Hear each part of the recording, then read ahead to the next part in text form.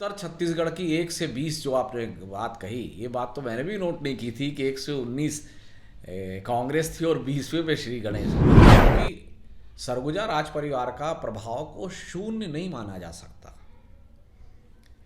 सरगुजा राज परिवार का प्रभाव अगर कोरिया में ना भी पड़े, जशपुर में ना भी पड़े, जो 14 सीटें सरगुजा संभाग की हैं, तब भी जो सरगुजा लोकसभा की 8 सीटें हैं उसमें तो बिल्कुल साफ साफ है। भूपेश बघेल के रूप में कांग्रेस के पास एक ऐसा मुख्यमंत्री है जिसकी पूरे प्रदेश में एक अपनी अपील है। उसके कई कारण हैं। तो वहां जो सर्वादिवासी समाज का नेतृत्व है वो मजे हुए लोगों के हाथ में है। और अभी आप देख रहे हैं उनमें से एक अरविंद नेताम को नोटिस भी जारी हुआ है। तो इसका मतलब है कि नुकसान का अंदेशा कांग्रेस को भी है। ये जो 2 नए पदाधिकारी जो बदलाव की वजह से लाए गए, प्रदेश भाजपा के अध्यक्ष अरुण साव और जो नेता प्रतिपक्ष नारायण चंदेल, वो भी इसी रीजन से आते हैं। तो इसको देखते हुए क्या लगता है कि कुछ उसमें बदलाव में कुछ कर पा रही है बीजेपी या क्या स्थिति बन रही है? तो ये सीटों पर अगर कशमकश होती है और कुछ और सीटों पर, तो मुझे ये मालूम है कि यहाँ पर 31 तो कांग्रेस शायद रिटेन ना कर पाए। ठीक है, दिवाली के समय आ थे, फिर होली के समय घलो आओ थे, फिर गर्मी में जयंती बीजा बार पैसा चाहिए वो टाइम घलो मिलत है। क्या लोगों को ये पता नहीं है कि नोटबंदी से नुकसान हुआ? क्या लोगों को ये पता नहीं है कि पेट्रोल की कीमत बढ़ गई? क्या लोगों को ये पता नहीं है कि महंगाई बहुत बढ़ रही है? क्या लोगों को ये पता नहीं कि 1.5 करोड़ रोजगार नहीं आ रहे हैं? उसके बावजूद लोकसभा में नरेंद्र मोदी चुनाव जीत जाते हैं। वो इसलिए तो ये जो मैसेज है वो मैसेज भूपेश बघेल खुद देने में काम। नमस्कार, आप देख रहे हैं खबरों की दीवार सीजीवाल। मैं रुद्र अवस्थी, आपका स्वागत है हमारे इस खास शो में, जिसमें हम 2023 यानी इसी साल छत्तीसगढ़ में होने वाले विधानसभा चुनाव की बात करेंगे। और चुनाव पर बात करने के लिए हमारे साथ हैं राष्ट्रीय चैनलों में चुनावी विश्लेषण के बहुत अनुभवी सोशल एक्टिविस्ट और सुप्रीम कोर्ट के अधिवक्ता सुदीप श्रीवास्तव। उनसे हम बातचीत करेंगे कि छत्तीसगढ़ में अभी किस तरह का माहौल है और उसको देखते हुए आने वाले समय के लिए किस तरह की संभावनाओं की उम्मीद करते हैं। सुदीप भाई, आपका स्वागत है। नमस्कार, धन्यवाद, आपने मुझे सीजीवाल में मौका दिया। पहले तो मैं ये कह दूं कि वैसे चूँकि अक्टूबर नवंबर में चुनाव का माहौल बनेगा, तो इसलिए कई मायने में कहा जा सकता है कि ये बातचीत बहुत जल्दबाजी है। फिर लेकिन मैं सोचता हूँ कि चूँकि अभी जो आधार बन रहा है वो धीरे धीरे उसी पर ही आने वाले समय में एक चुनाव की इमारत खड़ी होगी। तो अभी जो माहौल है अपन उस पर चर्चा कर लें तो बहुत होगा। लेकिन मैं ये इस बातचीत को चाहता हूँ कि छत्तीसगढ़ की 90 विधानसभा जो सीटें हैं उसमें अपन उसको कुछ सेगमेंट वाइज बांट के ही बात करें। जैसे सरगुजा में 11 सीट है, रायगढ़ में 8 सीट है, मतलब मिला के 19 सीटें हैं। अविभाजित बिलासपुर जिले की भी 19 सीटें हैं और जो मैदानी हिस्सा है उसमें 59 सीटें हैं, 59 सीटें हैं। और उसमें रायपुर रीजन का जो हिस्सा है वो 40 सीटें हैं और बस्तर की 12 सीटें हैं। इस तरह से अपन उसको थोड़ा अलग अलग क्षेत्रों को बांट के कि वहाँ किस तरह की परिस्थिति है। तो सबसे पहले अपन बात करें अगर सरगुजा और रायगढ़, सरगुजा में 11 सीट है और रायगढ़ में 8 सीट है, यानी उस 19 सीट में।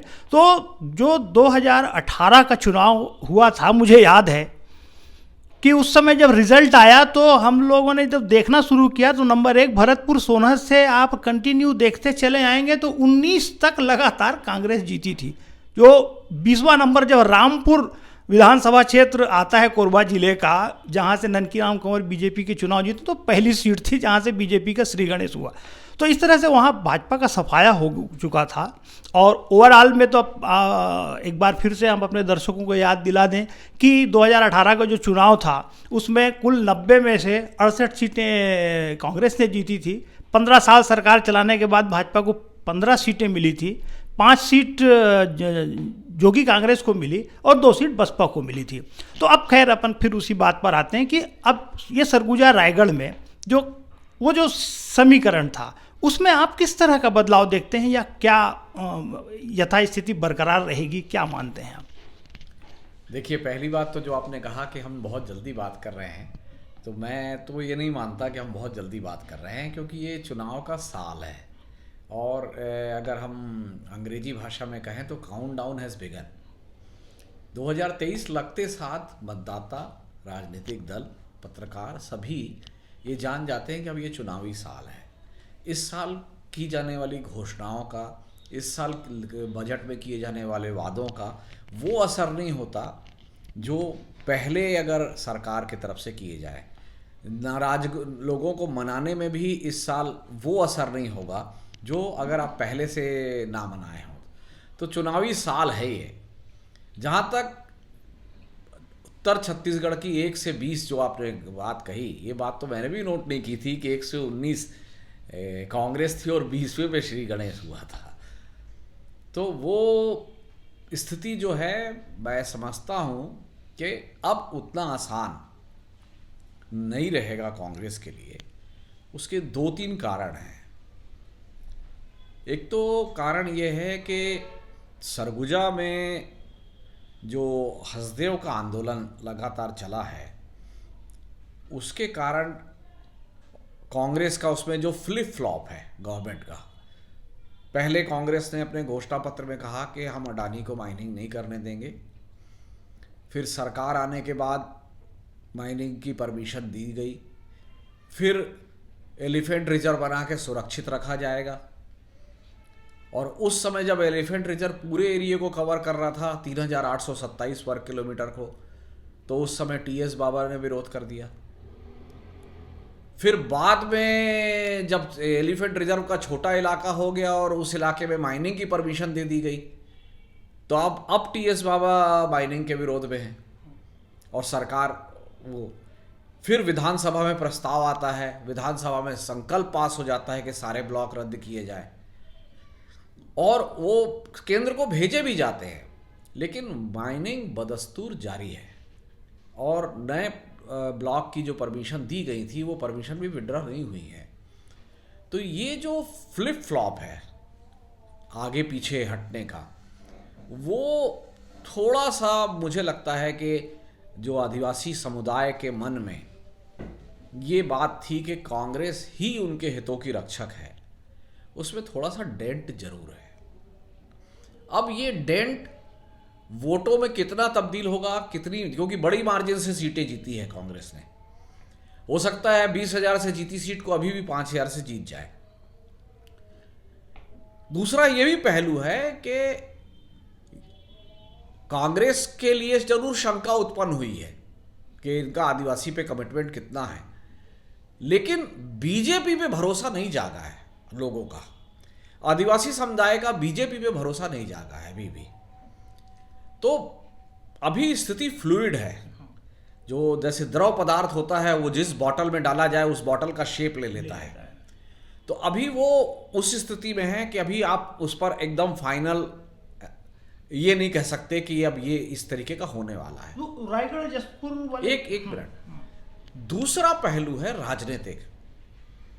जो टीएस बाबा को मुख्यमंत्री बनाने की बात हुई थी या नहीं हुई थी, हम तो उस मीटिंग में नहीं थे, शायद कोई भी नहीं था उस मीटिंग में। जो लोग मीटिंग में थे वो 3-4 लोग ही जानते होंगे सच्चाई क्या है।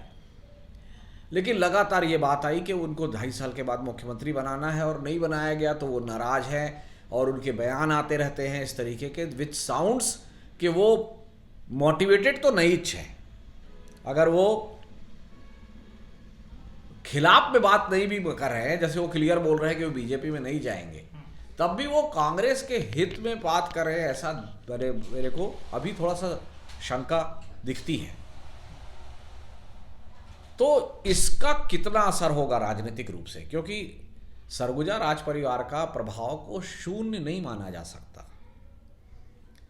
सरगुजा राज परिवार का प्रभाव अगर कोरिया में ना भी पड़े, जशपुर में ना भी पड़े, जो 14 सीटें सरगुजा संभाग की हैं, तब भी जो सरगुजा लोकसभा की 8 सीटें हैं उसमें तो बिल्कुल साफ साफ है ही। तो उसका कितना असर होगा और चुनाव तक कितना कांग्रेस नेतृत्व उनके साथ पैचअप कर पाएगा और कितना उनको मोटिवेट करके चुनाव में ला पाएगा, ये सब अभी भविष्य के गर्भ में है। जहाँ तक रायगढ़ की बात है, तो रायगढ़ की स्थिति में ऐसा कोई विद्रोह नहीं है, लेकिन बनिस्बत उसके रायगढ़ की स्थिति खराब हुई है। वहाँ पर ये जो अभी कोयला लेवी वसूली वाला जो मामला सामने आया, और उस इलाके में देखिए खरसिया सुरक्षित है बहुत हद तक, सारंगढ़ को जिला बना दिया गया है, वो भी आप मान सकते हैं कि वो एक सीट जिले के नाम पर आप जीत जाएंगे। लेकिन लैलूंगा, धर्मजयगढ़ और एक और सीट है, 5 सीटें हैं रायगढ़ में, रायगढ़ खुद वो जो सीटें हैं वो, और मुझे लगता है कि पहले से पकड़ कांग्रेस की कमजोर हुई है। जशपुर जिले की बात करें तो जूदे फैमिली में अब कुंवर दिलीप सिंह जी दे तो हैं नहीं, तो वहां भी देखने की बात है कि अब 2018 में किस तरीके से चुनाव होगा। अगर कांग्रेस की 2018 की लहर नहीं है तो वहां ओपन है खेल। 3 में से जो 2 सीट जीत जाएगा वो सरकार बनाएगा। जशपुर का तो सीधा सीधा रूल ये रहता है, 3 की 3 जीतोगे तो बहुमत है, बहुत बड़ा होगा। तो ये मोटा मोटा मुझे लब्बो लुआब लगता है। कोरिया में भी जो एमएलएस हैं, मैंने देखिए एक बहुत साफ कहूँ मैं, भूपेश बघेल के रूप में कांग्रेस के पास एक ऐसा मुख्यमंत्री है जिसकी पूरे प्रदेश में एक अपनी अपील है। उसके कई कारण हैं, धान खरीदी, ये सब्जेक्ट पर अपन आगे थोड़ा बात करेंगे। नहीं, लेकिन आदिवासी इलाकों में बात करो तो जो 2,500 रुपए में तेंदूपत्ता 100 बैग लिया जाता था, उसको एक झटके में 2019 में 4,000 रुपए किया गया। 60% बढ़ोतरी है ये। तो ये काम ऐसे हैं, और बहुत सारे इलाकों में वन अधिकार के पट्टे जो पहले नहीं बटे थे, अभी भी शिकायतें हैं वन अधिकार की, लेकिन पहले से बड़ी संख्या में पट्टे ज्यादा बटे हैं। तो भूपेश बघेल की अपनी इमेज भी, वो बाकी सारी जो एमएलएस की एंटी इनकम्बेंसी है उसको कितना रोकने में कामयाब होगी, ये भी सब देखने की बात। ये तो अब ट्राइबल बेल्ट की बात करें तो हम इसको बस्तर को भी जोड़ लेते हैं इस बातचीत में, कि बस्तर की 12 सीट है, पिछले बार 11 सीट जीती थी कांग्रेस। उसके बाद जो उपचुनाव हुए उसको मिला के आज 12 की 12 सीट कांग्रेस के पास है। तो आपने जो बात कही कि जो वनोपज के मामले में, पट्टे के मामले में, तो इस सब का असर तो बस्तर पर भी पड़ेगा। तो वहाँ को लेके आप क्या देखते हैं? ये 12, अगर एक तरह से 19 सीट ये जो अपन चर्चा कर रहे हैं यहाँ की, और 12 सीट बस्तर की, ये दोनों मिला के अगर देखें तो क्या, किस तरह का सीन दिखाई दे रहा है अभी? देखिए, बस्तर में आप ये मानिए कि नक्सलवाद कम हुआ है, कोई भी मानेगा इस बात को, नक्सलवाद कम हुआ है, घटनाएं कम हुई हैं, नक्सलियों की पकड़ कमजोर हुई है। और इसको चाहे आप किस्मत कहिए कि 20 साल बाद वो स्थिति छत्तीसगढ़ में आ रही है, या इस सरकार का इफेक्टिव मैनेजमेंट कहिए, वो तो क्रेडिट लेगी कि हमारे समय में कम हुआ है। तो आप ये मानिए कि नक्सलवाद कम हो रहा है, ये बहुत बड़ा बात है, और इसका सीधा सीधा श्रेय उठाएंगे ये कि हमारे कारण, हमारे कार्यकाल में कम हुआ। और आप देखिए भाजपा के राष्ट्रीय अध्यक्ष उसी को काउंटर कर रहे हैं, नैरेटिव को, क्योंकि उनको ही मालूम है कि नक्सलवाद कमजोर हुआ है। दूसरी बात यह है कि बस्तर में ये सारे मामले वन अधिकार के हों, वन अपवज के हों, वहाँ तो टाटा की जमीन भी वापस हुई है लोहाटीगुड़ा में। देश का अपना अकेला मामला है कि जहाँ आदिवासियों से अधिकृत की गई जमीन उनको वापस की गई। इस सब के बावजूद वहाँ पर जो राजनीतिक समस्या है, वो समस्या एक प्रश्न चिन्ह खड़ा कर रही है। अगर सर्व आदिवासी समाज, जिसने कि अभी उपचुनाव में 22,000 वोट लिए, उन पूरी 12 सीटों पर, और बल्कि धमतरी और यहाँ की भी जो गरियाबंद और बालोद की सीटें हैं, आदिवासी सीटें, उन सब पर अपने प्रत्याशी लड़ाता है, तो वहाँ जो सर्व आदिवासी समाज का नेतृत्व है वो मजे हुए लोगों के हाथ में है। और अभी आप देख रहे हैं उनमें से एक अरविंद नेताम को नोटिस भी जारी हुआ है, तो इसका मतलब है कि नुकसान का अंदेशा कांग्रेस को भी है। वो कितना असर डालता है कि अगर नहीं होता तो मैं सेफली कह सकता था कि बस्तर में कम से कम 12-15 सीटें जो नीचे की आदिवासी सीटें हैं उसमें कांग्रेस को कोई ज़्यादा समस्या नहीं आने वाली है। अब ये सर्व आदिवासी समाज उपचुनाव एक अलग चुनाव होता है, जनरल चुनाव अलग चुनाव होता है। उसमें क्या केवल कांग्रेस को नुकसान पहुंचाएगा, केवल बीजेपी को पहुंचाएगा, या केवल दोनों को पहुंचाएगा? ये एक एक्स फैक्टर आप है। आप भी एनजीओस के समर्थन से खड़ी हुई पार्टी है और बस्तर में एनजीओस का प्रभाव है। कोमल हुपेंडी जो उनके अध्यक्ष है वहीं के हैं। तो ये दो राजनीतिक सवाल जो हैं ये बस्तर की सीटों को प्रभावित कर रहे हैं बनिस्बत वहां के किसी, जैसे उत्तर में हसदेव का मामला हो गया, इस तरीके का कोई मामला वहां नहीं है, या रायगढ़ में वो कोल स्कैम हो गया, वैसा नहीं है। बस्तर उस तरीके से सेफ है। अब अपन बात करें जो बस्तर और सरगुजा के बाद जो मैदानी इलाका है, इस मैदानी इलाके में 59 विधानसभा की सीटें हैं, जिसमें बिलासपुर का जो पुराना बिलासपुर जिला है उसमें बिलासपुर, जांजगीर और कोरबा, इसमें 19 सीटें हैं। और उस तरफ के जो शक्ति भी, हाँ शक्ति भी, मतलब एक मैं इस रीजन की बात कर रहा था। और जो इस 19 सीट में आप पिछला रिजल्ट देखेंगे तो भारतीय जनता पार्टी का सबसे बेहतर प्रदर्शन इसी में था, जहां से अगर आप इस 19 सीट में देखें तो 7 सीटें कांग्रेस भाजपा दोनों बराबर जीत रही हैं और 2 सीट बसपा को ही इसी क्षेत्र में मिली और जोगी कांग्रेस को भी 3 सीट इसी रीजन में मिली। यानी कुल मिला के कांग्रेस के सामने चुनौती पिछले बार इसी रीजन में ज़्यादा थी। तो एक तो ये है कि यहाँ पर इस ये जो 19 सीट का जो ब्लॉक है उसको किस तरह से देखते हैं कि क्या अभी इसमें कुछ बदलाव ला पाने की स्थिति में हुई है बीजेपी, क्योंकि ये जो 2 नए पदाधिकारी जो बदलाव की वजह से लाए गए, प्रदेश भाजपा के अध्यक्ष अरुण साव और जो नेता प्रतिपक्ष नारायण चंदेल, वो भी इसी रीजन से आते हैं। तो इसको देखते हुए क्या लगता है कि कुछ उसमें बदलाव में कुछ कर पा रही है बीजेपी, या क्या स्थिति बनती है आपके हिसाब से? देखिए, ये जो पूरी पट्टी है, इस पूरी पट्टी का जो रिजल्ट है वो जो एक्चुअल में भारतीय जनता पार्टी पिछला चुनाव जब लड़ने गई तब वो जो स्थिति इस पट्टी की थी वही पूरे राज्य में बनेगी ये उम्मीद कर रही थी। उनको अपने से ज़्यादा इस बात पे भरोसा था कि दलित आदिवासी वोटों का बंटवारा जोगी कांग्रेस बसपा गठबंधन करेगा। लेकिन मतदाता बहुत होशियार होता है, वो जानता है कि जो जीत नहीं सकता, वोट कटवा है केवल, उसको वोट नहीं देता। इस पट्टी में अजीत जोगी और बसपा की ताकत पहले से थी, इस कारण यहां लोगों ने उनको जीत सकने वाली पार्टी माना। इसलिए बसपा को और ये सबको मिला के 3 से 5 सीटें इसी पट्टी में थी। उसका परिणाम यह हुआ कि बहुत सी सीटों पे वोटों का बंटवारा हुआ और बीजेपी को सीटें आई। लेकिन ये स्थिति अब बदल गई है।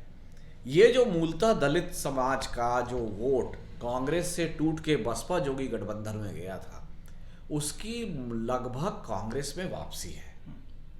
हाँ, अब जो ओबीसी वोट आया था कांग्रेस को, अगर कांग्रेस उस ओबीसी वोट को रिटेन कर पाती है, क्योंकि मुख्यमंत्री ओबीसी है, मुख्यमंत्री छत्तीसगढ़िया है, मुख्यमंत्री किसान है, ये सारी वो अपील है जो एक पूरे ओबीसी वर्ग को अपील करती है।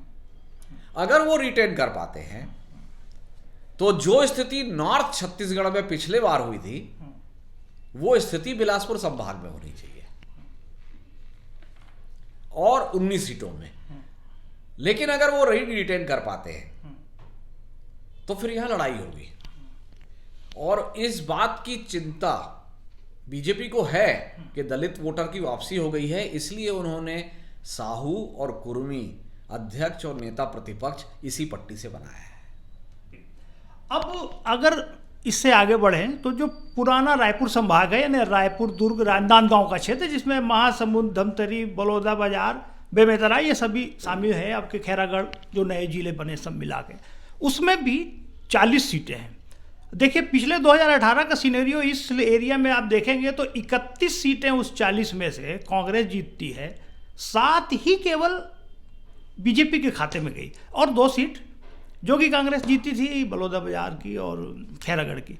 तो ये जो सीन था, और ये भी देख लीजिए कि ये भी आप ये कह सकते हो आपकी मैदानी इलाका है, ओबीसी पट्टी है, इसी एरिया से जो मुख्यमंत्री भूपेश बघेल भी आते हैं, उनके प्रभावी मंत्री रविंद्र चौबे भी आते हैं, डॉक्टर रमन सिंह भाजपा के बड़े नेता वो भी इसी इलाके से आते हैं। तो अब ये जो सीन था जो पिछले चुनाव का कि 40 में से 31 सीटें ही एक तरफा कांग्रेस के हिस्से में आ गई थी, अब क्या वहाँ पर नया क्या समीकरण है? देखिए, इसी पट्टी में कम से कम 12 ऐसी सीटें हैं जो मोस्टली अर्बन है। इसी पट्टी में वो 12 सीटें हैं जो बाहरी लोग भी बहुत हैं। उत्तर में कोरबा और बिलासपुर को छोड़ के बाहरी वोटर की संख्या वाली सीटें बहुत कम है, और सरगुजा में जो बिहारी हैं भी वो सरगुजिया हो गए हैं। तो बाहरी वोटर का जो इफेक्ट है, जिसको कि भूपेश बघेल छत्तीसगढ़ियावाद जो चला रहे हैं, शायद वो बहुत पच नहीं रहा होगा, तो वो सीटों पे तो जाहिर बात है कि कशमकश होगी। आरक्षण का भी जो मामला है उसका भी असर इधर ज़्यादा पड़ने वाला है। तो ये सीटों पर अगर कशमकश होती है और कुछ और सीटों पर, तो मुझे ये मालूम है कि यहाँ पर 31 तो कांग्रेस शायद रिटेन ना कर पाए। हालांकि अभी भी कांग्रेस का अपर हैंड है इस इलाके में। उसका कारण यह है कि दुर्ग हमेशा से बड़ा ओबीसी राजनीति का गढ़ रहा है, महासमुंद धमतरी भी बड़े गढ़ रहे हैं, रायपुर जिले को छोड़ दो तो ये इलाका अभी भी, और फिर भूपेश बघेल की वो होम पिच है जहां वो एक एक आदमी को उसके काम से, नाम से और सभी तरीके से जानते हैं कि कितनी किसमें डेप्थ है और क्या है। तो वहां पर तो उन पर ही पूरा दारोमदार होगा कि वो उस पट्टी को 38 सीटों को कैसे खेलते हैं, बचाते हैं। उनके लिए ये जरूरी है कि बिलासपुर में जो नुकसान हुआ है उसकी भरपाई की जाए 19 सीटों में, और साथ ही साथ सरगुजा और बस्तर के नुकसान को सीमित किया जाए। अगर आप ये कर पाते हैं तो फिर से आप 55 से ऊपर सीटों का देख सकते हैं। कारण ये हो रहा है कि बीजेपी की स्थिति अभी भी मजबूत विपक्ष की छत्तीसगढ़ में नहीं है। उन्होंने नेतृत्व जरूर बदला है, लेकिन वो नेतृत्व उतना परिपक्व दिखाई नहीं देता। एक्सपीरियंस की भी कमी है, और कई चीज़ें बहुत सिंपल तय होती हैं। वो मन 15 साल रहे ना, इहुल 10 साल देना, ये बहुत चलता वाली बात है कि यार 15 साल अगर वो लोग रह लिए तो कम से कम 10 साल तो किसको रहने दो। तो ये चीज कांग्रेस के फेवर में काम करेगी। कांग्रेस का ओवरऑल बड़ी योजनाओं का जो टारगेटेड वो है, आत्मानंद स्कूल का बहुत अच्छा असर है। इंग्लिश मीडियम स्कूल हमार बार करा थे, हर आदमी का बच्चा इंग्लिश मीडियम में नहीं पा रहा है एडमिशन, लेकिन ये बात के हमार बार सोचा थे, हमार बार करा थे, कोनो नहीं सोची से बात वहाँ के मोर बच्चा अंग्रेजी में पढ़े। तो ये जो मैसेज है वो मैसेज भूपेश बघेल को देने में कामयाब है। हाँ, तो इसी सिलसिले में अपन अब आगे बढ़े हैं तो कुछ मुद्दों की बात कर लेते हैं। मुद्दे में जो सबसे मैं समझता हूँ कि अभी एक अगर छत्तीसगढ़ में क्या मुद्दे प्रभावी हो सकते हैं, छत्तीसगढ़ियत, अभी ये शब्द पहली बार मैं देखा जब मुख्यमंत्री भूपेश बघेल का संदेश गणतंत्र दिवस का आया, तब छत्तीसगढ़ियत की बात उन्होंने ये बात की कि हमारे जो पुरखों ने जिस तरह की छत्तीसगढ़ की बात की थी हम उसको स्थापित करें, जिससे हम छत्तीसगढ़ राज्य जो बना उसको भी एक प्रमाणित करें कि इस वजह से बना। तो ये जो मुद्दा उठा रहे हैं, उसके साथ साथ जो बहुत छोटे त्योहारों में, यहाँ के खेलों में, और इस जो छोटी छोटी चीज़ें यूथ को, यहाँ के समाज को ये जो जोड़ने की जो बात हो रही है, ये इस बार ये एक तरह की इसको अस्मिता की राजनीति की लाइन पर अपन ले जा सकते हैं। तो वो क्या लगता है कि इसका क्या असर होगा, और बीजेपी इसका कोई काउंटर कर पा रही है, कर पाएगी, क्या लगता है? देखिए, आप कॉन्स्टिट्यूशन में पढ़िए, कॉन्स्टिट्यूशन कहता है कि India which is union of the states, तो वो यूनियन ऑफ द स्टेट है। राज्यों का संघ है। मतलब राज्यों की अहमियत और पहचान को भारत का संविधान पूरी तरह से रिकॉग्नाइज करता है। जब छत्तीसगढ़ राज्य बना तब यही कह के तो बना था कि ये भूभाग सामान्य मध्य प्रदेश के भूभाग से अलग सांस्कृतिक पहचान रखने वाला है। और अगर 15 साल जो सरकार रही, 18 साल, अगर उसने उस क्षेत्र में काम नहीं किया, उनका काम बड़े एमओयू साइन करना, बड़े उद्योगपतियों से डील करना और यही सब रहा और नया रायपुर बनाते गए, तो उसके मुकाबले तो जाहिर बात है लोगों में ये इच्छा थी और उसको बहुत टाइमली भूपेश बघेल सरकार ने रिवाइव किया है कि जो छत्तीसगढ़ राज्य है उसकी अस्मिता और संस्कृति के प्रश्न, वो डेफिनेटली एक मोटिवेटिंग फैक्टर। आखिर आप बताइए, क्या लोगों को ये पता नहीं है कि नोटबंदी से नुकसान हुआ? क्या लोगों को ये पता नहीं है कि पेट्रोल की कीमत बढ़ गई? क्या लोगों को ये पता नहीं है कि महंगाई बहुत बढ़ रही है? क्या लोगों को ये पता नहीं कि 1.5 करोड़ रोजगार नहीं आ रहे हैं? उसके बावजूद लोकसभा में नरेंद्र मोदी चुनाव जीत जाते हैं। वो इसलिए क्योंकि वो भारत एक राष्ट्र के लिए उससे योग्य प्रधानमंत्री नहीं है, ये मैसेज वो देने में कामयाब है। तो मतदाता छोटी सोच नहीं रखता, वो तात्कालिक विषयों पर अपने को प्रभावित करने वाले विषयों के लिए सजग है। एट द सेम टाइम वो ये भी सोचता है कि फॉर ओवरऑल बेनिफिट स्टेट के लिए कौन अच्छा होगा। तो अगर स्टेट के लिए कौन अच्छा होगा ये फैक्टर काम करता है तो उसमें तो बीजेपी बहुत पीछे है। और ये भी लगता है ना कि ये जो इशू है वो बिना नफरत के एक तरह के आपस के भाईचारे के ऊपर भी केंद्रित के ऊपर खड़ा हुआ एक इशू है जिसका शायद ज़्यादा सकारात्मक असर होता है। देखिए, बीजेपी की देश में जो राजनीति है वो केवल प्रो हिंदू नहीं है, वो प्रो हिंदू के पहले एंटी मुस्लिम है। यहां पर जो छत्तीसगढ़िया जो गढ़ी जा रही है वो एंटी नॉन छत्तीसगढ़िया नहीं गढ़ी जा रही है, वो पॉजिटिव तरीके से आगे बढ़ाई जा रही है कि भाई जिस छत्तीसगढ़ियत को या पहचान नहीं थी या अस्मिता को पहचान नहीं मिली उसको स्थान मिलना चाहिए।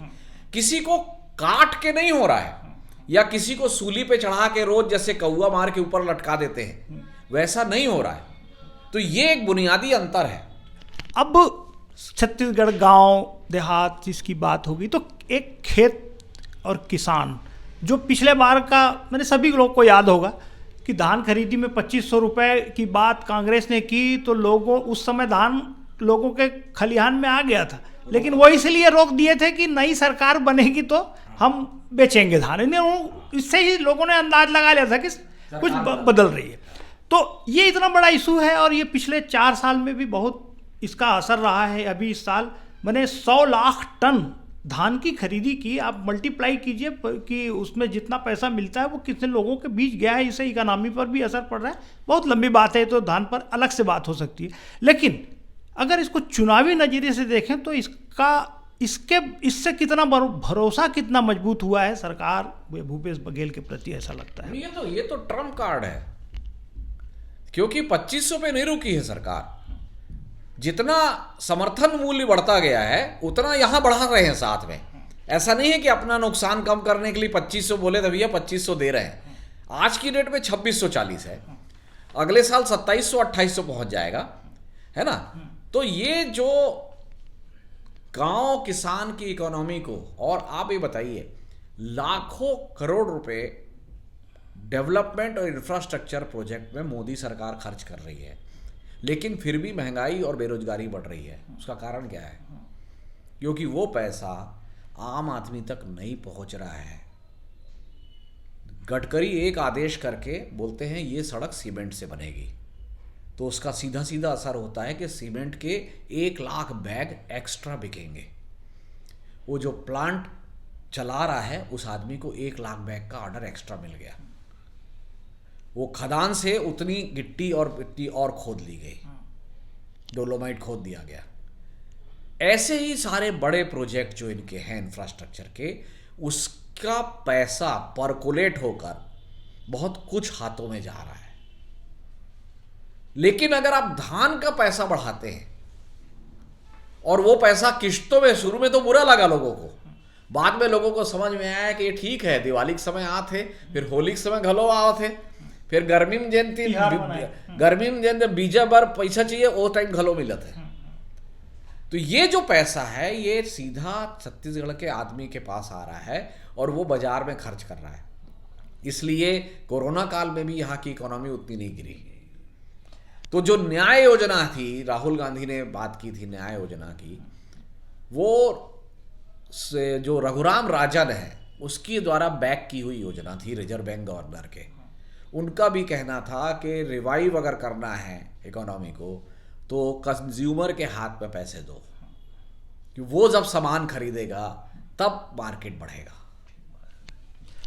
धर्मांतरण की भी बात इस बार हो रही है कि धर्मांतरण इस बार मुद्दा हो सकता है। कुछ बस्तर, कुछ जसपुर और सीतापुर, ये वो इलाके हैं जो छत्तीसगढ़ के। इसमें क्या आपको क्या लगता है कि क्या छत्तीसगढ़ का अब तक का जो अपन चुनावी इतिहास को अगर नज़र डालें कभी, तो इस तरह के किसी इशू के प्रभावी होने का क्या कोई प्रमाण मिलता है या कोई असर मिलता है? तो अपन क्या मान के चलें कि अभी धर्मांतरण कितना प्रभावी बनेगा?